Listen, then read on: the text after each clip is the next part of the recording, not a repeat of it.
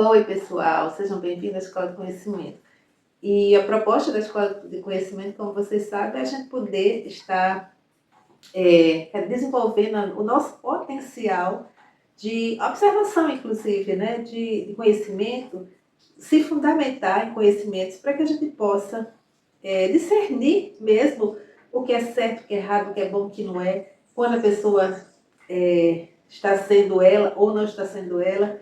E é muito importante, né? Eu me centro muito nos estudos do Jung sobre a questão dos arquétipos, né? Estou fazendo agora um estudo sobre o tarô, sobre aqueles elementos do tarô, e é muito interessante, depois a gente vai estar conversando sobre isso.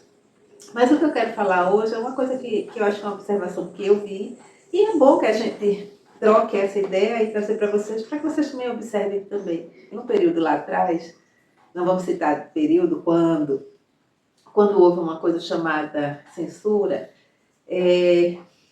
a gente tem uma dualidade muito grande no mundo, né? Então tem pessoas que se dizem vamos dizer, da direita, da esquerda, do centro, sei lá o quê, né? Se a gente for lá em política. Tem gente que gosta no futebol A, B, C, na religião A, B, C. Então, nós temos essa característica de dualidade de escolhas, né? E essas escolhas estão sempre centradas na nossa visão de mundo, não é isso? Então, as religiões, elas são definidas por aquilo que a gente agrega na gente, que a gente sente que mexeu em nós. Então, é bem isso. E naquele período, onde havia uma impossibilidade de se expressar, dizer tudo o que você queria dizer, alguns segmentos, e aí eu também não vou falar de que lado, né? Algum desses segmentos, como uma forma de se expressar, criava pseudônimos, né? Ou criava uma identidade fictícia. Então, tem um amigo que eu conheci, que já faleceu há muitos anos, um poeta, que ele tinha criado na época um jornalzinho, um tablete, que era uma folha A4 dividida, né? E ali ele escrevia as poesias, né? E poesias progressistas para a época. E ali ele soltava assim, a imaginação dele, as necessidades dele de falar aquilo que ele queria falar. E aí ele criou um nome, que era Ana Margarite. E ninguém sabia quem era Ana Margarite, se imaginava uma mulher, né? E a Ana Margarite sempre escrevia aquelas publicações nos jornais. E outros, né? Então, aí eu venho por uma linha de tempo atual. Na linha de tempo atual, dentro dessas pessoas que a gente acompanha na internet, desses jovens, né? Desbravadores do novo mundo, e trazendo, que também entram nessa linha da rede social, buscando uma forma de se integrar melhor e de ser o creator, né? O criador de histórias, né? Storytelling, né? Então a gente tem nomes novos e características semelhantes ao passado, só que com pulsões e formas modernas. E essa pessoa, e uma dessas personagens, né, dessas personas que a gente encontra na internet, foi uma mulher, uma jovem que me chamou a atenção, e que ela fala coisas que outras pessoas não teriam coragem. Então ela chama pessoas de coisas que você não diria jamais a outra pessoa, e usa aquilo, né? Ela abre a boca e vai dizer, eu sou isso, é assim, eu vejo assim, que são coisas que normalmente as pessoas não diriam. E ela passa e começa a conectar com as pessoas porque ela diz algumas verdades. Uma coisa que é importante, que aí eu observei, até eu achei que ela estava dizendo aquilo, sendo ela.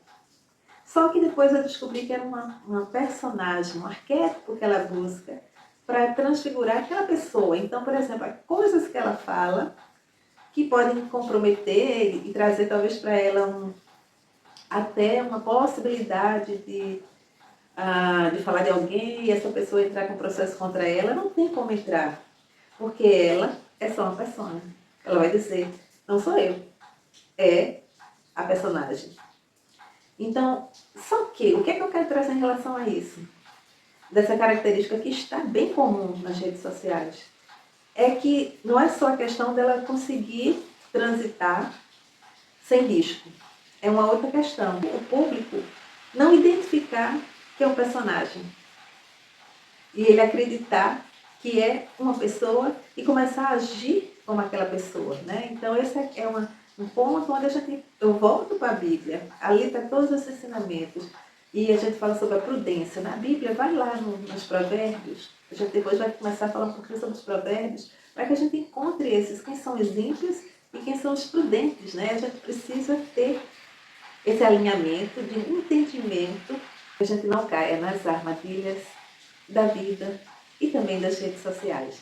Então hoje é só uma fala que eu não queria perder, sabe, esse ponto, que eu trago aqui para a gente refletir, conversar, expandir, né? E como essa jovem que eu estou falando, eu também vejo outros personagens, né? Eu vejo jovens também, tem uma característica que é o desbravar, tem uma característica que é um posicionamento de rede, posicionamento, né? E de trazer, claro, que está embutido ali no personagem, aquilo que ele quer ser realmente. E pode acontecer, inclusive, dele se transformar naquilo e nem sair mais do personagem, né? Então, é isso. É um pouco isso que eu queria trazer sobre prudência, sobre ensinamentos, sobre que a gente se atente mais, sobre que a gente vigie mais, que a gente não entre nas histórias, nos storytellings da vida, sem abrir os olhos e tentar entender o que está por trás daquilo. Tá ok? Beijos iluminados e até o próximo encontro.